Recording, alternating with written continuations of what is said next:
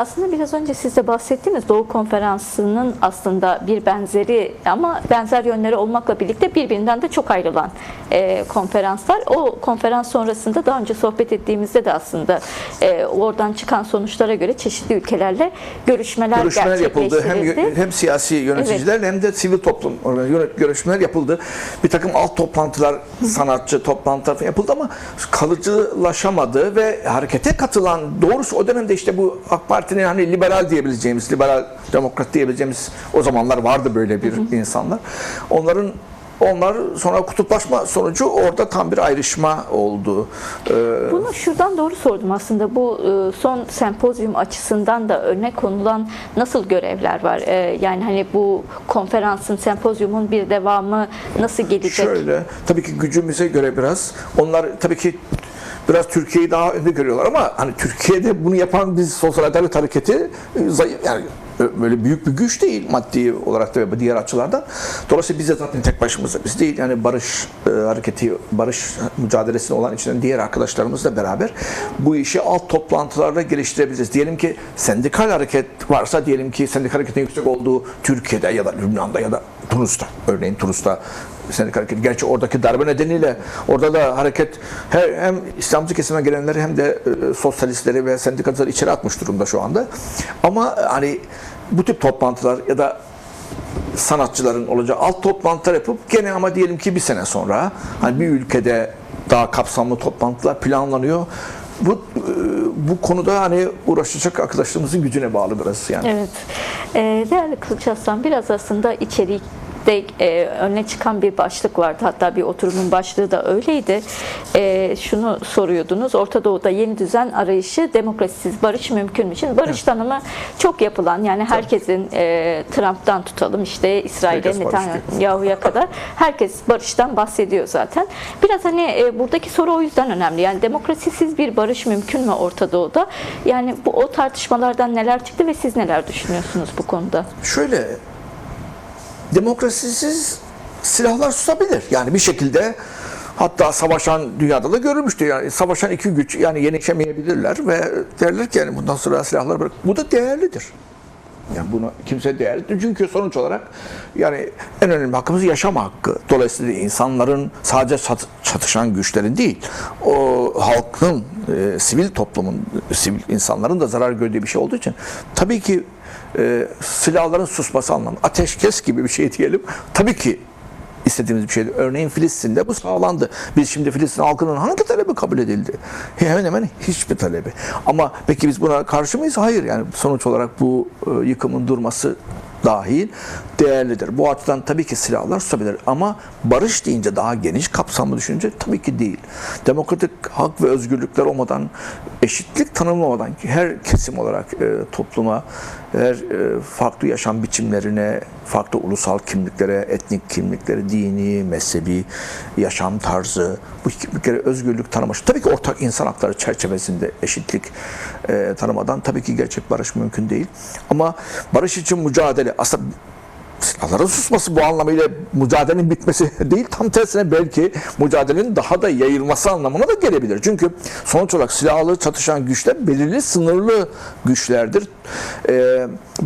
Bu yüzyılda bizim mücadeleyi büyütmemiz gerekiyor. Mücadele büyütülmesi daha büyük kesimler, toplumun daha geniş bir katılımının önünü açmış oluyorsunuz. Tabii ki siz silahsız mücadele biçimlerince. Dolayısıyla silahların olmadığı bir mücadele biçimlerini örgütlemek, geliştirmek bence en büyük barış mücadelesi ama aynı zamanda en büyük mücadeleyi de büyütmek anlamına geliyor. Yani bizce silahların susması, mücadelenin bitmesi falan değil. Tam tersi büyümesi olmalı. Ama barışçı yöntemlerle. Evet, şimdi özellikle Trump iktidara geldiğinde geçtiğimiz yıldan bu yana barış kelimesi çok ve hani sürekli çok kullandı. Herkesi barıştırmak istiyor. Ukrayna ile Rusya'yı. O şu diyor yani, o gücün barışı. Yani diyor ki tamam ey Rusya sen ne istiyorsun biz sana verelim de burada barış olsun. Burada da İsrail'in ne istediğini verip sana da burada. Bu barış bu anlamıyla barış değil. Yani orada geçici bir silahların susması sağlanabilir. Kendi içinde bu da değerlidir. Biz bunu tabii ki savunuruz. Ama bu bir barış sağlamaz ki. Belki daha büyük savaşları hazırlar. Bu açıdan Trump politikaları pek barışçı politika değil. Bana sorarsanız o küçük savaşları durduruyor. Hem de güçlüye hak vererek asıl kendi büyük savaşını, kendi büyük savaşı dünya hegemonyası. Çünkü eski düzen yıkıldı ama yeni düzen yok. Bu yeni düzen içinde asıl şey Çin, Amerika gerilimi görünüyor. Rusya bence aslında burada şeyi konuşmak lazım belki. Amerika'nın yeni güvenlik stratejisi yayınlandı. Orada herkes biraz şaşırıyor. Avrupa Birliği kayboluyor. Rusya ile yakınlaşmak istiyor. Ama bu anlaşılabilir bir şey. Çünkü aslında en azından Rusya'yı bir şekilde tarafsız kılmak istiyor. Yani Çin gerilimi konusunda Amerika. Artı silahlanma harcamalarını Avrupa'ya yıkmak istiyor. Avrupa'daki halen devam eden kısmi demokrasilerden bile rahatsız. İşte neden rahatsız? Göçmen politikasını Avrupa daha demokratik bir göçmen, tırnak içinde demokratik bir göçmen politikası. Ondan rahatsız.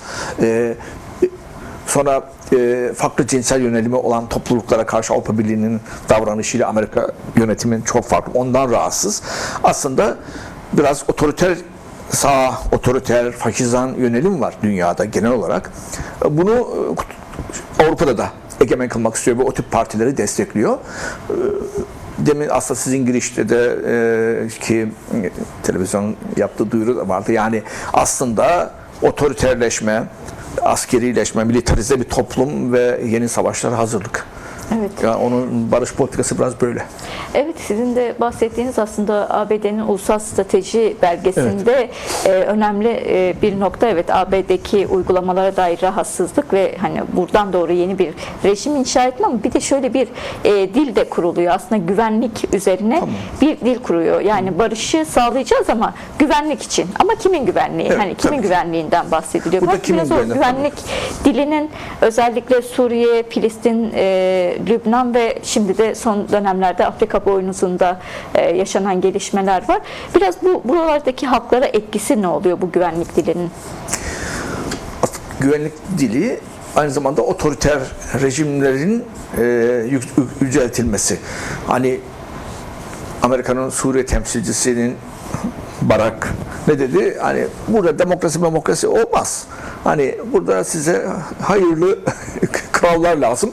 Şimdi çok rahatsız edici bir şey. Yani adama bizim dışişlerimiz yani sen ne söylüyorsun, ne diyorsun diye. Yani bu bir aşağılamak aslında. Bütün bölge halklarını aşağılamak. Aslında ona Bir de kendisi de bölge halklarından gelen biri olmasına bütün rağmen. bölge halklarına yani halbuki ona şunu söylemek lazım. Yani tamam bu bölge şu anda otoriter yönetimlerle, krallıklarla, şehirliklerle, militarist yönetimlerle yönetiliyor ama bu bölgenin geçmişinde Avrupa'da kimlik ve din satışmalarının çok olduğu bölgede çoğulcu bir yaşam da vardı yani. Bu bölge de sonuç olarak geçmiş dönem için kastederseniz yani etnik temelli ya da dini, mezhebi temelli çok büyük şeyler tabii ki her ülkede oldu. Burada da oldu ama yani farklılıklar içinde hep büyük farklılıklar içinde ortak yaşandı. Yani bu topraklarda belki şu anda kötü durumda olabiliriz ama belki yeni hareketlerle Avrupa yani Batı'da olan o hepimizin ortak değeri olan insanlığın değeri. Ben onları öyle görüyorum. Yani Batı'daki demokratik hak ve özgürlükler, insanlıkta hepimizin ortak insanlığın değeri. Biz bunları tabii ki seve seve doğru evrensel değer alacağız ama belki onun ötesine geçen bir adalet düzenini de sağlayabiliriz. Yani tamam Batı'da hani böyle bir şeyler var, siyasal demokrasi ama hiç de eşitlik falan yok yani. Sosyal adalet yok örneğin. Yani çok büyük sınıfsal uçurumlar var ve bu her geçen gün de artıyor. Dolayısıyla biz belki daha iyisini yapabiliriz. Ama barışçı olarak dolayısıyla onlar otoriter yönetimler yani kendi düzenlerinin korunmasını istiyor. Ben şöyle düşünüyorum. Yani o kadar büyük eşitsizlik var ki dünyada yani bu halklar arasındaki bu çatışma şeyin dışında da yani toplum içinde Batı'nın ileri toplumlarında da artık o kadar büyük yani yeni neoliberal düzenden dolayı o kadar büyük eşitsizlikler var ki artık tırnak içinde demokrasiyle hani liberal demokrasiyle bunu artık yaşatamıyorlar. Yani çöküldü bakın merkez sağ partilerde, merkez sol partilerde çok zayıfladı dikkat ederseniz. Ne yükseldi? İşte uç sağ partiler yükseliyor, faşizan sağ partiler. Solda da başarı olan şeyler bütün o küçük azınlığa karşı halkı birleştirmeye çalışan yani sosyalist akımlar.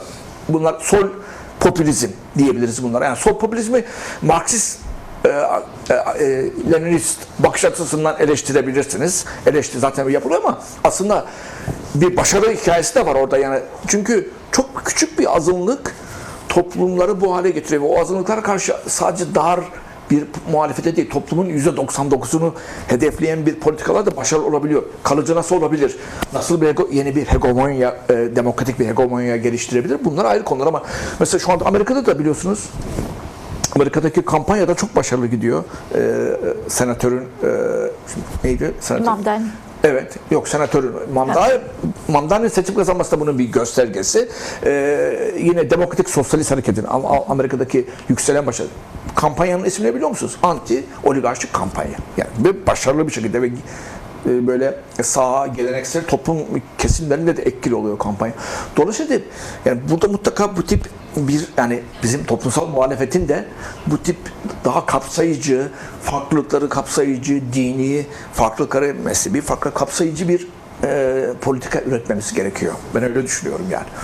Evet. Biraz aslında o kısımları biraz daha ayrıntılı da tartışalım isteriz. Yani hani nasıl etki edecek buradaki gelişmeler, yani ABD ve İsrail'in bölgesel tartışmaları, aslında bölgeye dair inşa etmeye çalıştığı çatışma rejimi bir şekilde aslında buradaki halkları etkiliyor. Biraz aslında o kısımlar üzerinden tekrar Orta Doğu'ya biraz dönelim isterim. Yani hani Suriye'de inşa edilmeye çalışılan bir rejim var. Evet, biraz Suriye üzerine konuşursak. Suriye tabii ki hem Orta Doğu'daki olaylar hem Türkiye açısından hani kilit noktaya gelmiş durumda. Çünkü bu yeni çözüm sürecinde de ana mesele Suriye. Aslında bir toplantıda benim okuduğum sonuç bildirgesinde de aslında burada yani Türkiye'nin çok büyük bir şansı var. Türkiye Cumhuriyeti Devleti'nin de büyük şansı var. Yani Türkiye burada barış kurucu bir rol, çok etkili bir rol oynayabilir. Politikalarını demokratikleştirebilirse, politikalarını geliştirebilirse, yani Türkiye burada barış kurucu bir rol oynaması gerekiyor. Bu hem kendi içindeki sorunların, Türkiye'de yaşadığımız sorunların, uzun yıllarda yaşadığımız sorunların sadece Kürt meselesi de değil. Yani Alevi meselesi de var bu toplumda. Yani kimse hani bu tam çatışma olmayabilir ama yani insanlar hepimiz biliyoruz, yani Kürt-Türk evliliği Alevi-Sünni evliliğinden daha fazla, yani bunu herkes biliyor. Yani burada da başka bir sorun var. Dolayısıyla bütün bu meselelerin çözümü için Orta Doğu'da eğer siz birlik istiyorsanız, hani Suriye birliği söyleniyor. Bu nasıl olabilir? Ancak demokratik bir tarzda olabilir. Yani bu geçmiş rejimin yaptıklarını tekrar başka bir rejim altında yapmak olmaz. Geçmişte Esad'ın yaptıklarını şimdi siz yani başka bir şeyle, yeni gelen bir iktidarla, İslamcı denilen iktidarla yaparsın, ne sonuç alınır ki bundan? Daha büyük şeyler çıkacak. Dolayısıyla bununla yürümez. Ve bu aslında Türkiye Cumhuriyeti Devleti'nin, en azından bizim bildiğimiz politikalarını da çok boşa düşürecek bir şey olacaktır. Bakın şu anda şöyle düşünelim. Burada tabii ki işte bir anlaşma yapılmıştı. Prensip anlaşması, entegrasyon. Bu bir entegrasyon prensip ama bunun biçimlerini konuşulacak ve anlaşılacak burada. Burada siz Kürt halkının eşit ve özgür olarak kendi kimliği yaşaması Türkiye'nin aleyhine değil, tam tersine Türkiye'nin etkisini artıracak olan bir şey. Siz kendi politikanızı değiştirirsiniz. Bunun değişmesi lazım. Artı bunu yaparsanız eğer, bu sefer Dürziler karşısında aynı şey yapılıyor. Alevi katliamı oldu. Rejim bunu reddetse de rejim oluşturan güçlerin tarihi belli. Dolayısıyla peki bunlar oldukça nasıl olacak? Çok net bir gidişat var. Bu politikalar devam ederse Dürzilerin de olduğu gibi Alevilerin de ve Kürt halkının da en çok koruyuculuğuna kim soyunacaktır? Amerika, tamam zaten, İsrail. Yani kendini en anti-İsrail gören güçler bile, bana sorarsanız bir müddet sonra, mesela Dürziler için de öyle çok İsrail yanlısı yoktu geçmişte ama İsrail yanlılığı artırıyor. Çünkü sonuç olarak can korkusuyla, yani başka yapacak bir şey yoktur. Alevi toplumu da yani katliama mı uğrayacak? Peki Türkiye orayı gerçekten böyle bir şeyde koruyacak mı? Böyle bir politikası var mı? Bunu açıklayabiliyor mu? Bunu yapabiliyor mu? Herkesin eşit, özgür yaşadığı. Bunu yapması gerekiyor. Yoksa İsrail'in bölge etkinliğinin altına halı serersiniz. Çok daha bölgesel etkisi artar. Yani yeni savaşlar, halkların kıyımı, zaten bu son gelişmede işte artık Afrika'ya da sıçradı bu olay. Yani bu olmaz bir şey. Türkiye burada sadece tek başına Kürt meselesinin çözümü değil, bütün iç içe geçmiş şekilde Orta Doğu'da barışa büyük hizmet edebilir. Bu aynı zamanda yayılmacı politik, İsrail'in yayılmacı politikalarına Amerika destekli yayılmacı politikalarına da ket vuracak olan bir şeydir. Ama siz bunun önünü açarsanız daha büyük tehlikeler gelecek. Yani şöyle bunu aslında bu konu böyle bir duyarlıyım bu konuya söylemek istiyorum. İşte bölünme tehlikesi falan. Ya şunu soralım arkadaşlarımıza. Saddam Irak'ın bölünmesini ister miydi? Esad Suriye'nin böyle olmasını ister miydi? Birliğini istiyordu ama yaptığı politikalar gerek iç etkiyle gerekse uluslararası emperyalist güçlerin önünü açarak bu noktaya yol açıyor. Bunu görmemiz gerekiyor. Ne Saddam ülkesinin bu hale gelmesini istedi ne de Esad ülkesinin bu hale gelmesini istemezdi. Ama yapılan politikalar hangi niyetle yapılırsa yapılsın fiili olarak siz eğer demokrasi, hak ve özgürlük tanımazsanız, insanların kimliklerini özgürce yaşama, kendi kimlikleriyle özgür yaşama hakkını tanımazsanız, demokratik hak ve özgürlükleri geliştirmezseniz bu problemler her zaman uluslararası bir takım güçlerin kullanımına açık olacaktır. Gayet doğaldır bu. Uluslararası politikada böyle yürüyor. Kimsenin kara gözüne bakmıyorlar. Yani herkes azamileştirmek istiyor kendi çıkarlarını. Dolayısıyla kırılganlık yaratıyor. Türkiye'de de bir kırılganlık oluşuyor. Bunu zaten yaşıyoruz yani şu anda. Bunun değişmesi lazım. Burada dolayısıyla ben hani biraz yani şu anki bir muhalefet iktidar şeyi var. Tamam iktidarım hepimiz eleştiriyoruz. Ben de eleştiriyorum. Çok büyük yanlışlar yaptı. Halen de sürüyor. Fakat yani bir şekilde bu sorunların aşılması gerekiyor. Yani yoksa çok daha riskli bir kırılgan bir hale doğru gidiyor ülke. Evet, aslında biraz daha Suriye'deki bir meseleyi de somutlamak adına sormak isterim. Yani sizin de sempozyumda bir bölüm, bir oturum Suriye üzerineydi. Evet. Yani şimdi bir taraftan HTŞ'ye bakıyoruz. HTŞ biraz İdlib'deki yönetim şeklini bir bütün Suriye'ye uygulamaya çalışıyor ve daha merkeziyetçi bir yapı üzerinden ısrarını sürdürüyor. Ancak diğer taraftan hem Alevilerin hem Dürzilerin hem de Kürtlerin yerel demokrasinin güçlendiği, özel yönetimlerin güçlendiği bir hatta, adem merkeziyetçi bir hatta çözüm olabileceğini söylüyor. Biraz hani siz nasıl tartıştınız, nasıl ele aldınız, nasıl öneriler, çözüm önerileri tartışıldı? Oturumumuzdaki bence eksik, yani önemli eksik olan en önemli oturum Suriye oturumuydu. Çünkü Suriye'den biz aslında muhalif kesimlerden yeterli katılım sağlayamadık. Aslında gelemediler. İzin alamayan oldu, dışarı çıkmakta oldu. Bir arkadaşımız gelecekti, bir kazaya uğradı, gelemedi. Dolayısıyla Suriye'de biraz böyle yani bugünkü yönetimle çok fazla problemi olmayan, eleştirel bakan ama çok da fazla problemi olmayan unsurlar, yani daha çok Sünni muhalefet diyelim. Hani eski rejime muhalefet ama şimdiki rejime de tam özdeş olmayan ama gelecek eğer böyle devam ederse barışçı bir şekilde olsa belki rejim içinde de olabilecek insanlar vardı. Yani eksiklik vardı.